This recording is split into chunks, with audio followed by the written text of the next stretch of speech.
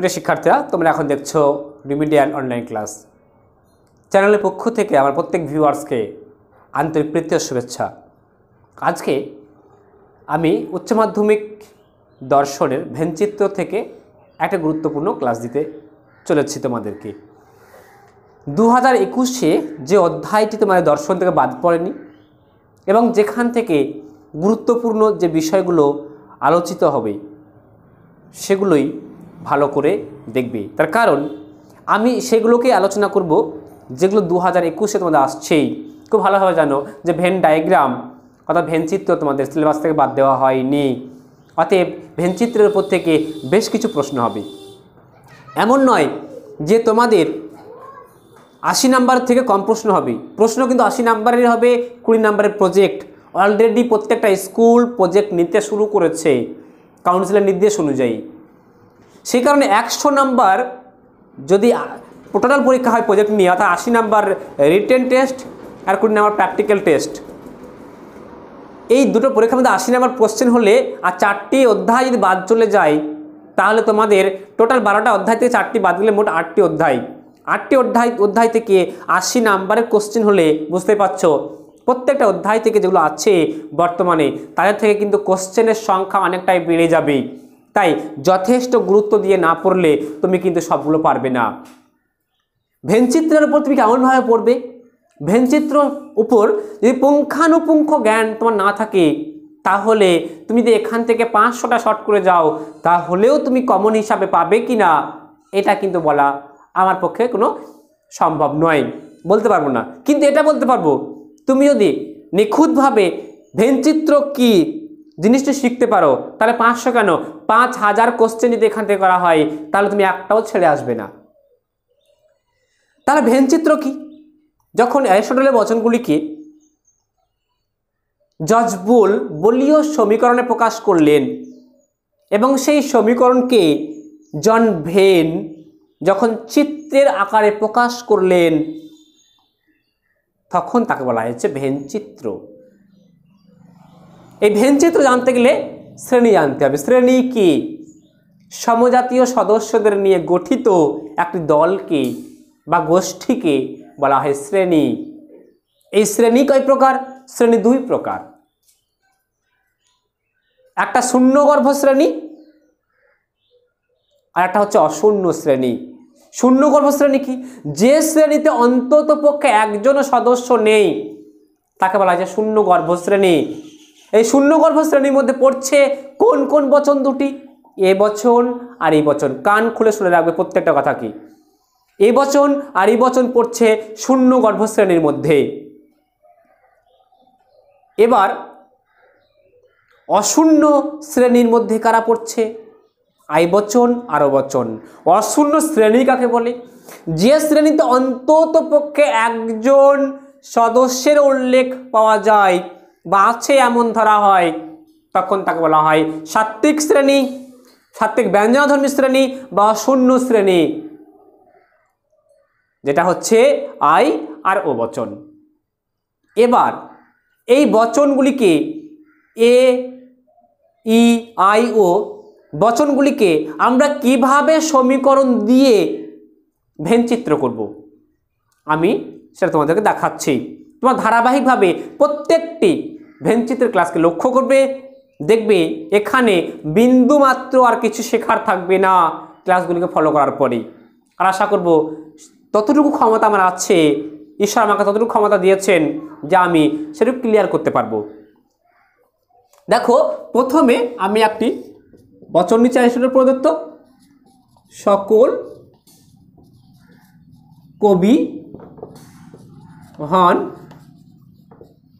মানুষ। এটা নিশ্চয়ই এ বচন। এই অ্যারিস্টটলের বচনটিকে জর্জ বুল সমীকরণ দ্বারা প্রকাশ করলেন। এ বচনের সমীকরণ কি হয়? জাস্ট সিম্পল বিষয়। এ বচনের সমীকরণ হচ্ছে S P bar equal to 0। এটাকে বার বলবে।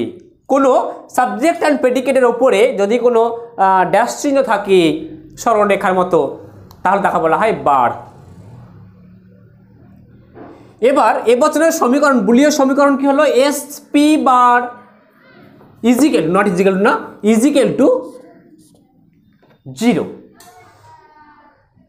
এবার এটাকে জন ভেন কি করে সমীকরণে প্রকাশ ভেনচিত্রে প্রকাশ করলেন, ভেন ডায়াগ্রামে প্রকাশ করলেন।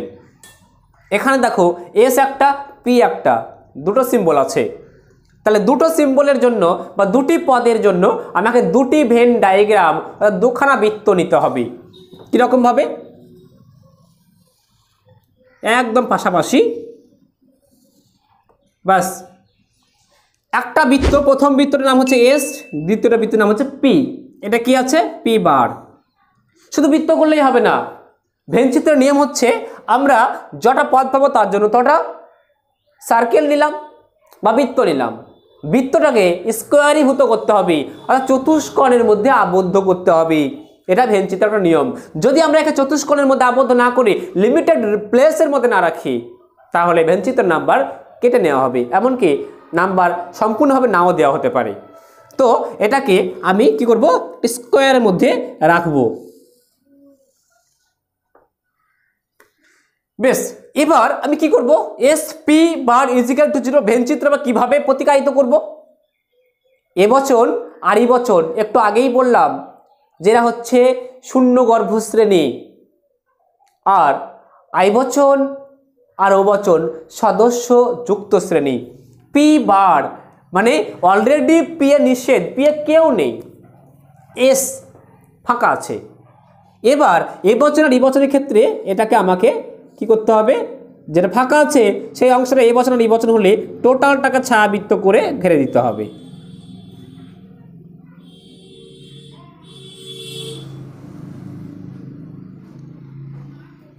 এবচন আর ইবচন হলেই হবে, ছায়াবৃত্ত হবে। এস পি বার, দেখো পি বার মানে যত দূর অবধি পি এর অংশ আছে তত দূর আমার যাবার, প্রবেশ করার কোনো অধিকার নেই। তাকে বাদ দিয়ে যে অংশটুকু পড়ে আছে সেই অংশটুকু ভরাট করে দিতে হবে, অর্থাৎ বন্ধ করে দিতে হবে। তাহলে কি দেখা গেল? এখানে সদস্য নেই, এখানে অলরেডি নিষেধ করা আছে, কে জাতীয় মানে ঢোকার প্রবেশ করার ক্ষমতা ওখানে নেই, তা দেখা গেল কেউ নেই। সেই কারণে বলা হয়েছে এবচন আর ইবচন কি শূন্য শ্রেণী, যেখানে একজন সদস্য আছে এমন ধরা হয় না। এটা গেল এবচন। এবার ইবচনের ক্ষেত্রে কীরকম হবে আমি এক এক করে দেখিয়ে দিচ্ছি, একটু শর্ট করে, তোমরা ভালো করে বিষয়গুলোকে বুঝে নেওয়ার চেষ্টা করো। ধরো ইবচন কোনো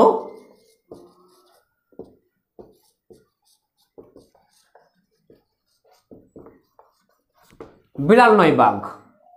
ইবচনের সমীকরণ কি হবে? বুলিয়ার সমীকরণ S P equal to 0, S P equal to 0। এটা ইবচনের বুলিয়ার সমীকরণ। এখানে কোনো বার হয় না, ইবচনে কোনো বার পাবে না।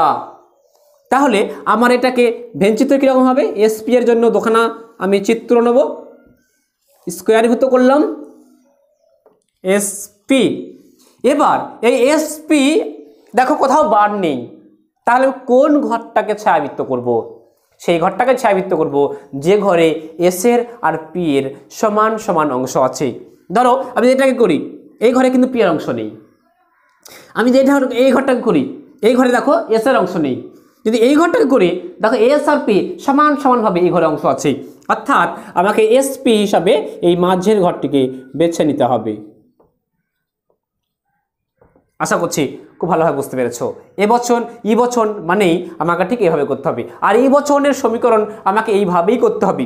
কিন্তু এবচন ইবচন আইবচন ওবচন প্রত্যেকটি বচনের সমীকরণ পরিবর্তন হতে পারে বচনের ভাষা অনুযায়ী। কখন হবে সেটা কিন্তু আমি আজকের ক্লাসে বলবো না, নেক্সট ক্লাসের জন্য তোমাদেরকে তার জন্য ওয়েট করতে হবে। আর নতুন হলে অবশ্যই তুমি চ্যানেলটিকে সাবস্ক্রাইব করবে। দেখো এরপরে আমি আইবচন আর ওবচনগুলোকে দেখাচ্ছি।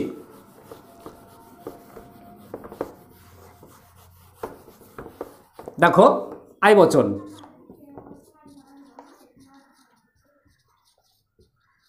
কোনো কোনো ফুল হয় সুগন্ধি, কোনো কোনো ফুল হয় সুগন্ধি। আইবচনের সমীকরণ কি হয়? আইবচনের সমীকরণ এস পি নট ইকুয়াল 0। এখানে অসমান, অর্থাৎ এখানে সদস্য আছে আর একজন সদস্য আছে। নট ইকুয়াল মানে কি, নট ইকুয়াল 0 মানে সদস্য থাকতে পারে। তো এর কি কি হবে দেখো, ভেনচিত্র কিরকম হবে,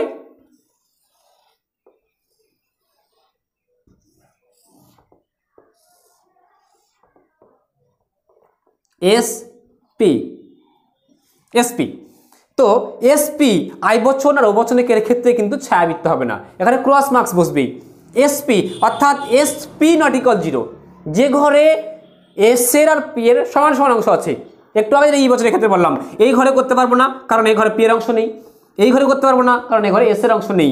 আমি এই ঘরে করতে পারবো, কারণ এস আর পি সমান সমান অংশ আছে। অর্থাৎ এই ঘরের মাঝে ছোট্ট করে আমাকে এরকমভাবে একটা ক্রস মার্কস বসাতে হবে। ক্রস মার্ক দিলেই আমার কমপ্লিট। আই বচন আর ও বচনের ক্ষেত্রে ক্রস মার্ক, ই বচন আর এ বচনের ক্ষেত্রে ছায়াবৃত্ত মার্ক করতে হবে, এটা মাথায় থাকি। এটা করতে ভুল হলে তোমাকে নাম্বার 1 নাম্বারও দেওয়া হবে না। এবার দেখো ও বচনের ক্ষেত্রে কি সমীকরণ হয় এবং কিভাবে আমাদেরকে ভেনচিত্র করতে হবে। আমি এটাকে করে নিচ্ছি।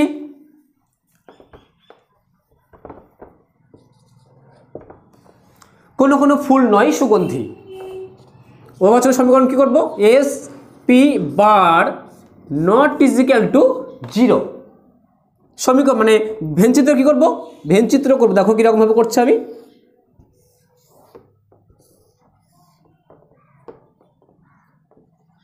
এসপি বার। তো আমাকে এটাকে আবার কিভাবে করতে হবে, এখানে দেখো পি বার মানেই আমার সে ঘরে কোনোভাবে যেতে পারবো না, যেটা আমি এ বচনের ক্ষেত্রে বলেছিলাম। বার মানে আমার যাওয়া যাবে না, বারকে বাদ দিয়ে আর যে সার্কেলটা আছে সেখানে প্রবেশ করতে পারি। আর কি আছে, পি বার বাদ দিয়ে এস এর ঘরটা ফাঁকা আছে। তাহলে এখানে ও বচনের ক্ষেত্রে কি হবে, ক্রস মার্কস। তাহলে টোটালি পি এর ঘর বাদ দিয়ে যে ঘরটা থাকছে সেটা হচ্ছে আমার এই ঘরটা, এস এর ঘরটা, পি এর ঘরের অংশ বাদ দিই। তাহলে এই ঘরের মাঝখানে আমার ক্রস মার্কস দিলেই হয়ে গেল। তো প্রিয় শিক্ষার্থীরা, কিভাবে বচন থেকে সমীকরণের ভেনচিত্র হচ্ছে বুঝতে পারলে। এবার বিভিন্নভাবে যে বচনের ভাষা অনুযায়ী সমীকরণ বদলাতে পারে আর সমীকরণ বদলাতেই ভেনচিত্র বদলাতে পারে, পুঙ্খানুপুঙ্খভাবে 1 ডায়াগ্রাম, 2 ডায়াগ্রাম অ্যান্ড 3 ডায়াগ্রাম সমস্তটা শিখতে রিমিডিয়াল অনলাইন ক্লাসকে কখনোই সাবস্ক্রাইব করতে ভুলবে না। আর অতি অবশ্যই প্রত্যেকটা নোটিশকে ফলো করে ক্লাসগুলোকে দেখবে, তাহলে দেখবে অবশ্যই এখান থেকে যেমন ধরনের প্রশ্ন করা হোক না কেন প্রত্যেকটা প্রশ্ন তোমার মধ্যে উত্তর থাকবেই। আজ এ পর্যন্তই, থ্যাংক ইউ।